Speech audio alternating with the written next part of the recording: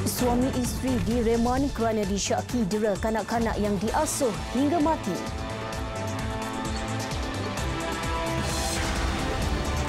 Pesawat bawa bekalan ubat meletup, 8 terbunuh.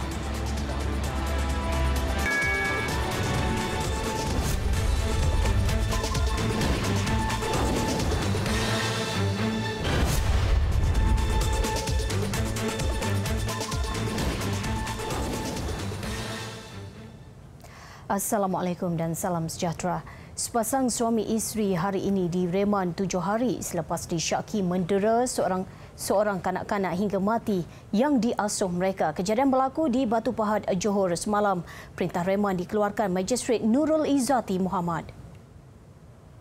Pengasuh kanak-kanak terbabit berusia 33 tahun bersama suaminya berumur 41 tahun dibawa ke Mahkamah Magistrate Batu Pahat kira-kira jam 8.15 pagi. Mereka ditahan selepas mangsa kanak-kanak perempuan berusia 3 tahun 9 bulan meninggal dunia pada jam 7.15 pagi semalam di Hospital Sultanah Nura Ismail. Ketua Polis Daerah Batu Pahat, Asisten Komisioner Azhan Abdul Halim berkata, abang mangsa yang berusia 6 tahun turut dipercayai didera. Ia berdasarkan kesan lebam pada badannya dan mangsa kini mendapatkan rawatan di hospital yang sama. Kes disiasat muka Seksyen 302 Kanun Keseksaan kerana membunuh dan Seksyen 31-1 Akta Kanak-Kanak 2001 kerana mendera. Difahamkan ibu kepada dua kanak-kanak berkenaan adalah ibu tunggal dan menyerahkan anaknya kepada pengasuh terbabit untuk dijaga kerana bekerja.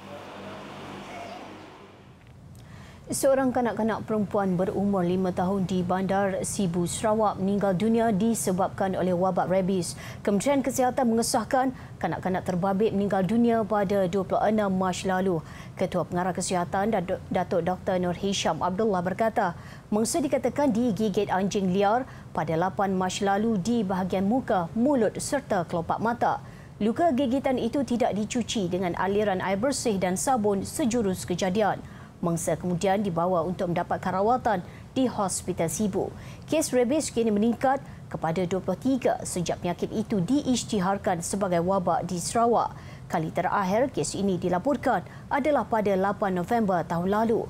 Berikutan kes terbaru ini, Datuk Dr. Nur Hisham nasihatkan orang ramai mengambil langkah pencegahan termasuk tindakan segera jika digigit anjing.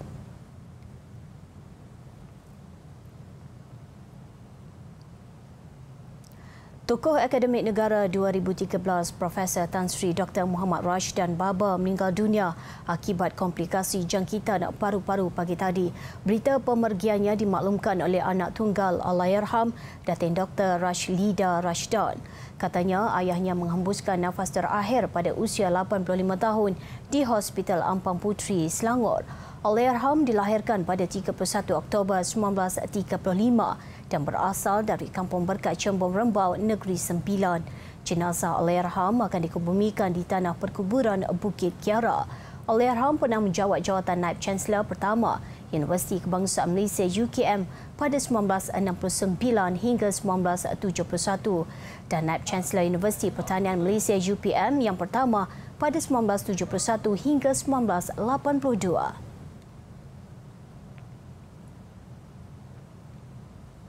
Dakwaan mengenai penduduk Raub Pahang tidak dibenarkan keluar rumah selepas jam 12 tengah hari sepanjang tempoh Perintah Kawalan Pergerakan adalah tidak benar. Ketua Polis Daerah Raub, Superintendent Kamar Azura Muhammad berkata, pihak polis tidak pernah mengeluarkan kenyataan sedemikian sama ada menerusi media sosial atau kenyataan media. Laporan yang tersebar bahawa Polis Raub menghadkan tempoh keluar rumah selama 5 jam bermula 7 pagi adalah palsu. Dakwaan berlaku kesesakan di Bandar Raub juga tidak benar. Ini kerana sejak PKP berkuat kuasa, tiada aduan kesesakan lalu lintas diterima. Oleh itu, penduduk digesa supaya tidak panik dan tidak menyebarkan maklumat yang tidak sahih sehingga boleh menimbulkan kebimbangan awam.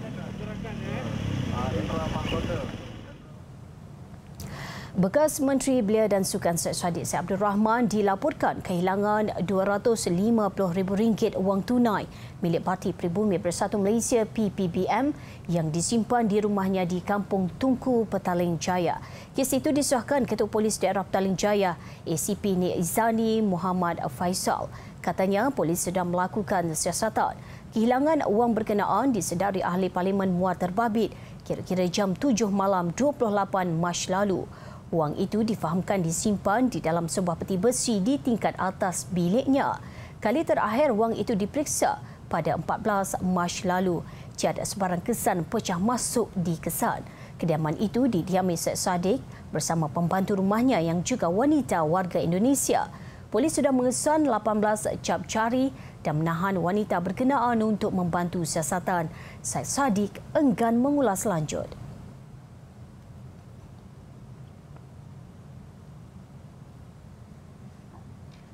Ketika ini, banyak pihak tampil memberikan bantuan khususnya untuk pekerja Barisan Hadapan yang berusaha menghentikan penularan COVID-19. Di Selangor, sekumpulan sukarelawan menghasilkan perisai muka untuk diedarkan ke beberapa hospital. Setakat hari ini, lebih 4,000 topeng pelindung muka ataupun face shield ini dihasilkan. Yang dihasilkan oleh kira-kira 15 individu dari 3 NGO berbeza yang akan diedarkan ke beberapa hospital di sekitar Lembah Kelang. 3 NGO yang terbabit dalam usaha murni ini ialah Grup Cuci Masjid, Sifu Bikers dan Umrah Eco. Idea untuk menghasilkan peralatan perlindungan berkenaan tercetus selepas menyedari ia kerap digunakan oleh pekerja Barisan Hadapan termasuk pegawai perubatan dan jururawat. Kami pun kumpulkan sama-sama bertiga tadi, tiga badan tadi. So kami dapat idea, kumpul idea sama-sama, kami decide untuk buat face shield ni. Dan alhamdulillah memang benda ni memang diperlukan sangat-sangat di pihak hospital. Benda ni pakai buang dan semua hospital memerlukannya. Berbeza dengan penutup mulut dan hidung, antara bahan yang digunakan untuk membuat perisai muka adalah plastik luk sinar, span dan getah elastik. Bagi memastikan sukarelawan berada dalam keadaan baik ketika misi menyalurkan bantuan, langkah-langkah pencegahan telah diambil seperti memeriksa suhu badan dan menyembur cecair pembasmi kuman. Permintaan peralatan perlindungan ini mendapat sambutan dan untuk terus menghasilkannya, ia memerlukan dana yang mencukupi. Kami pergi bagi bantuan di hospital minta face shield. Jadi kami siapkanlah. Alhamdulillah setakat ni hospital Selayang, Kuala Lumpur, ni semua kami dah edarkanlah. Dan insya-Allah permintaan dia sampai Sabah pun ada minta. Ustaz Sanafi Abdul Malik, kita sedang buat topeng ni untuk membantu KKM menangani masalah COVID. Kita di Kementerian Kesihatan di hospital. Sukarelawan Universiti Tun Hussein On Malaysia UTHM Batu Pahat tidak mahu ketinggalan menghasilkan peralatan perlindungan diri buatan sendiri. Mereka membuat alat pelindung muka plastik menggunakan pencetak 3 dimensi 3D. Tenaga pakar dan akademik UTHM ini antara ribuan sukarelawan seluruh negara yang kini aktif menghasilkan peralatan berkenaan. Sukarelawan UTHM setakat ini menghasilkan lebih 500 perisai muka 3D untuk petugas di Hospital Keluang dan Batu Pahat. Jadi desain ini kita mengambil kira konsep IR 4.0 yang mana data tu sebenarnya berada di cloud dan boleh dicapai oleh semua masyarakat yang mempunyai peralatan yang bersesuaian. Yang dalam kes ini kita kata dia mesin 3D printer itulah. Proses pembuatan menggunakan 8 stesen pencetak termasuk sukarelawan yang memiliki mesin pencetak 3D. Setiap stesen ni adalah pengguna 3D printer secara start. Ada yang ada segi hobi, ada yang ada 1 printer, ada yang 2 printer, ada yang 3 printer. Jadi pengguna ni ada kalangan staff, ada di kalangan pelajar, ada juga di kalangan alumni kita yang boleh membantu. Selepas pencetakan komponen utama siap, ia dipasang sendiri dan dibungkus sebelum diserahkan kepada petugas kesihatan. Kos penghasilan pelindung muka ini hasil sumbangan oleh kaki tangan terbabit dan orang perseorangan.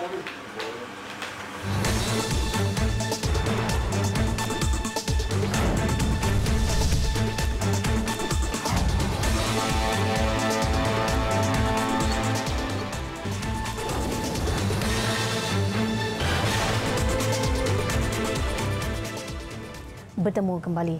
Kaki tangan bahagian keuangan atau sumber manusia sektor swasta dibenarkan ke tempat kerja. bagi menguruskan tugasan memproses pembayaran gaji pekerja. Kementerian Sumber Manusia dalam satu kenyataan memaklumkan kebenaran itu bagi memastikan pembayaran gaji pekerja sektor swasta dapat dibayar mengikut ketetapan undang-undang. Bagaimanapun hanya 2 kaki tangan sahaja dibenarkan ke pejabat untuk menguruskan perkara berkenaan. Mereka hanya boleh melakukannya sama ada pada 31 Mac atau 1 April ini. Majikan diminta untuk menyediakan surat atau dokumen pelepasan dan kebenaran untuk ke tempat kerja kepada mereka. Pekerja terbabit perlu membawa dan mengemukakan surat atau dokumen itu bagi memudahkan pergerakan mereka ke tempat kerja sekiranya diminta oleh pihak berkuasa.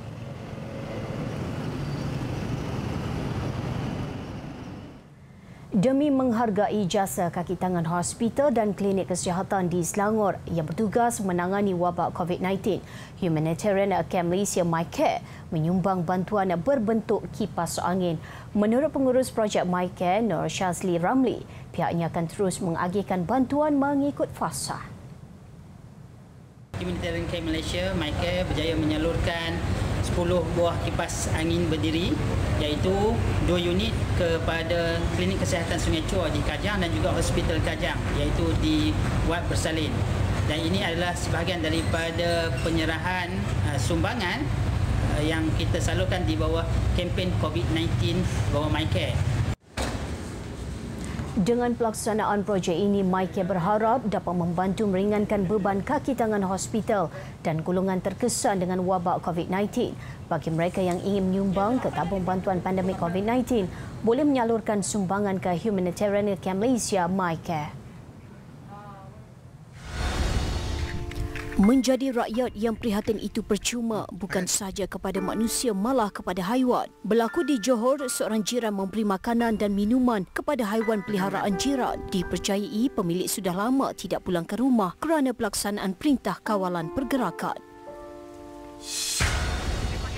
Ketika negara dilanda wabak pandemik COVID-19, masih ada lagi individu yang tidak muhasabah diri. Individu terbabit memberi alasan menghukum monyet atas kesalahan masuk ke rumah dek kerana kelaparan. Sungguh berat hukuman untuk haiwan terhadap kesalahan meminta makanan. Yang ini lain pula ceritanya, gara-gara mengingkari perintah lockdown, 6 individu disumbat di dalam kandang anjing. Kejadian yang berlaku di Filipina ini bagi memberi pengajaran kepada penduduk yang masih gagal mematuhi arahan.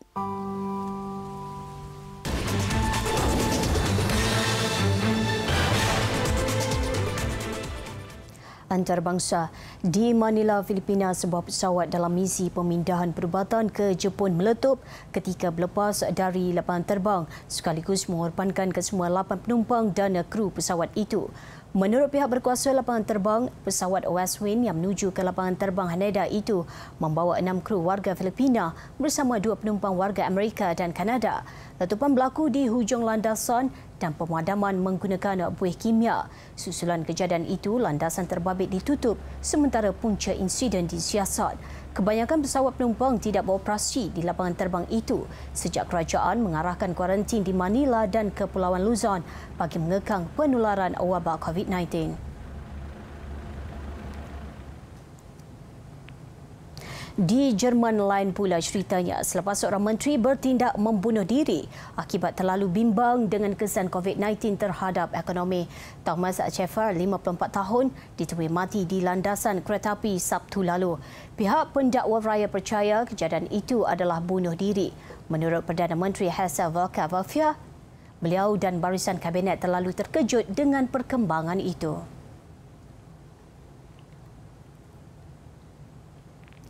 Beralih ke perkembangan wabak sama di Itali, Perdana Menteri Giuseppe Conte memaklumkan perintah berkurung di negara itu akan ditarik secara berperingkat. Kenyataan itu dibuat berdasarkan situasi semasa, kadar jangkitan yang semakin menurun sehingga 6% di negara berkenaan. Untuk rekod, perintah berkurung di Itali akan berakhir pada 3 April ini. Negara itu kini berdepan cabaran ekonomi selepas hampir kesemua bentuk perniagaan lumpuh. Ketika ini, Rom membelanjakan 25 bilion euro atau kira-kira 120 bilion ringgit bagi pakej menyelamat.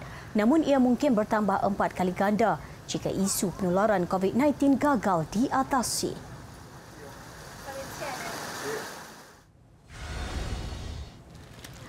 Dalam pada itu, angka kematian akibat wabak sama sehingga kini meragut 10,779 nyawa dengan 756 pesakit meninggal dunia dalam tempoh 24 jam. Mengikut data dikeluarkan Jabatan Perlindungan Awam, jumlah kumulatif kes kini menghampiri 100,000. Jumlah pesakit yang dirawat dalam unit rawatan rapi pula menghampiri 4,000 mangsa. Amerika Syarikat mungkin berdepan sehingga 200,000 kematian akibat wabak COVID-19. Menurut pengarah Institusi Alergi dan Penyakit Berjangkit Kebangsaan, Dr. Anthony Fauci, wabak sama akan menjangkiti jutaan lagi rakyat negara itu. Katanya unjuran berkenaan boleh berubah memandangkan wabak penyakit itu seperti sasaran bergerak. Hari ini hampir 2,200 individu meninggal dunia dan jumlah jangkitan meningkat kepada lebih 125,000 mangsa.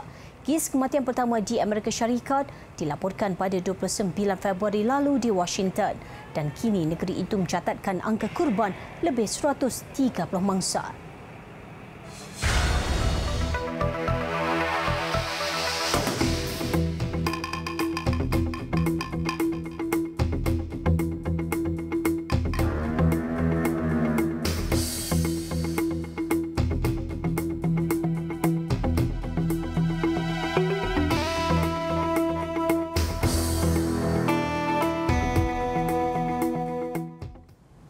Perpindahan putera Harry dan isterinya Meghan dari Kanada ke Los Angeles, Amerika Syarikat disambut rasa kurang senang Presiden Donald Trump.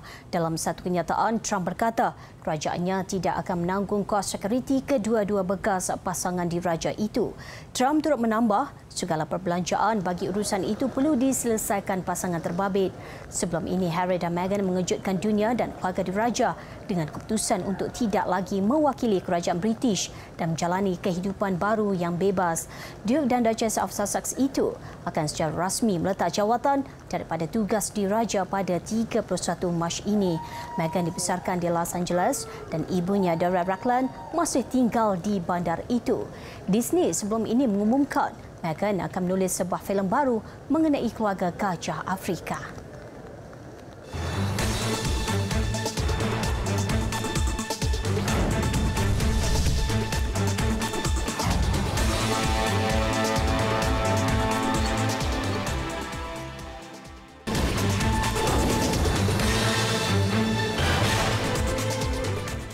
Sukan. Pemain jurulatih dan kaki tangan Johor Darul Takzim JDT bersetuju memotong 33% gaji mereka dalam usaha meringankan beban kelab ekoran penularan COVID-19 selain membantu pihak yang terjejas akibat penularan wabak itu. Usaha murni itu diumumkan menerusi laman rasmi Johor Southern Tigers malam tadi. Menerusi pengumuman itu, mereka mengambil inisiatif berkenaan atas dasar peri kemanusiaan ekoran penularan wabak COVID-19 yang melanda semua lapisan masyarakat di negara ini. Pemain jurulatih dan kaki tangan JDT bersetuju untuk pemotongan gaji sebanyak 33% dan mereka juga akan mendermakan sebahagian gaji mereka kepada tabung bencana negeri Johor dalam usaha meringankan beban kelab serta masyarakat pada waktu yang mencabar ini. Untuk rekod, beberapa pasukan terkemuka di Eropah turut mengambil pendekatan sama untuk memotong gaji, antaranya Juventus, Barcelona, Bayern Munich dan Borussia Dortmund. Sebelum ini, Persatuan Pemain Bola Sepak Profesional Malaysia PFAM berusaha memperjuangkan gaji pemain agar tidak dipotong pasukan masing-masing ketika penularan virus berkenaan. Sementara itu, kelab bola sepak dari saingan Liga M3 hari ini KSFC turut bermurah hati ketika ini kelab yang berpangkalan di Kuala Selangor itu menghulurkan sumbangan dalam bentuk agihan makanan asas kepada 200 penerima di sekitar Selangor. Antara sumbangan yang diberikan adalah beras, susu, sardin, gula, tepung dan kicap. Kelab itu juga mengagihkan sumbangan kepada keluarga pemain mereka sendiri. Kelab yang beraksi dalam saingan Liga M3 itu berharap sumbangan yang diberikan dapat membantu meringankan beban penerima dan mendoakan agar wabak COVID-19 segera dipulihkan. Untuk rekod hari ini, KSFC memulakan Liga M3 musim ini dengan langkah kanan apabila menewaskan Tai Selangor 8-0 sebelum tewas 3-1 kepada KL Rover. Selepas mengharungi dua perlawanan, Liga M3 terpaksa ditangguhkan Persatuan Bola Sepak Malaysia FAM dan Liga Bola Sepak Malaysia MFL bagi membendung penularan wabak COVID-19.